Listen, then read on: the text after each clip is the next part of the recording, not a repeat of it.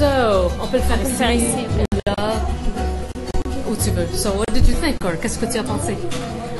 Ah, je trouvais que c'était une très belle expérience que les gens se racontent parce que on a l'habitude d'entendre plein de choses dans les nouvelles, mais on n'entend pas vraiment les gens qui ont vécu, soit qui ont été renvoyés de chez eux, des gens qui ne peuvent plus voir leur pays, qui ne peuvent plus se permettre d'aller voir les places qu'ils ont connues quand ils étaient petits, les places où ils sont nés. Donc c'était très touchant d'entendre les gens raconter ça. Des fois on se rend pas compte au fait parce que c'est toujours à travers les histoires personnelles qu'on se rend compte de depth ou la profondeur du traumatisme que le peuple palestinien a vécu. Et je crois que c'est à travers des discussions comme ça qu'on rencontre l'autre et même si, par exemple, regardez, c'est Sharon est juif qui a organisé ça, c'est vraiment au niveau humain que les gens se rencontrent. Et je crois que c'est ça que les politiciens ne veulent pas. Les politiciens veulent pas que les gens se rencontrent et se parlent parce que ça va à l'encontre des frontières, à l'encontre de la politique, à l'encontre des armes, à l'encontre de la guerre.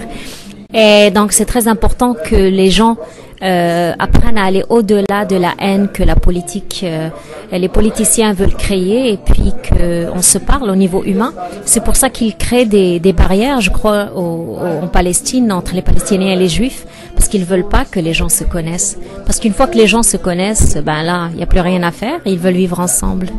Peut-être que je suis trop positive, mais je crois à ça.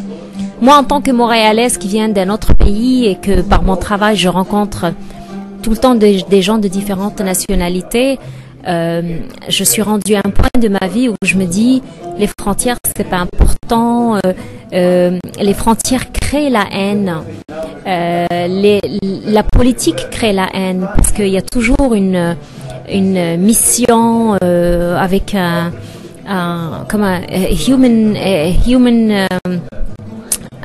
comment dire, le pouvoir, l'homme, l'ego, le pouvoir fait que les politiciens deviennent des gens qui n'ont pas vraiment une grande conscience humaniste. On peut pas être un grand humaniste et être politicien, et ça c'est très très triste, je trouve. Ouais, je crois que c'est ça que j'ai à dire. Ben, merci. Y a-t-il quelque chose en particulier qui a attiré ton attention à propos de cette exposition?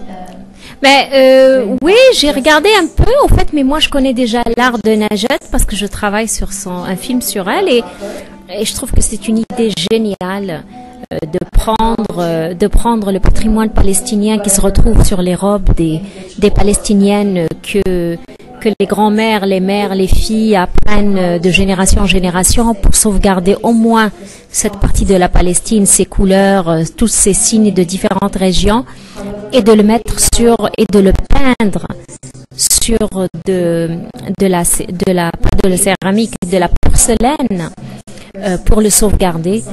Quand elle m'a dit que sur les robes des hôtesses de l'air en Israël, il y avait de la broderie palestinienne, qu'elle se dit, on nous prend nos terres, mais là on nous prend aussi notre patrimoine, et donc elle décide de le mettre sur un matériel qui n'est pas périssable, qu'elle le mette sur la porcelaine qui est connue pour être vraiment résistante, et elle le fait d'une façon magnifique. Quand on regarde de loin, on croit que c'est vraiment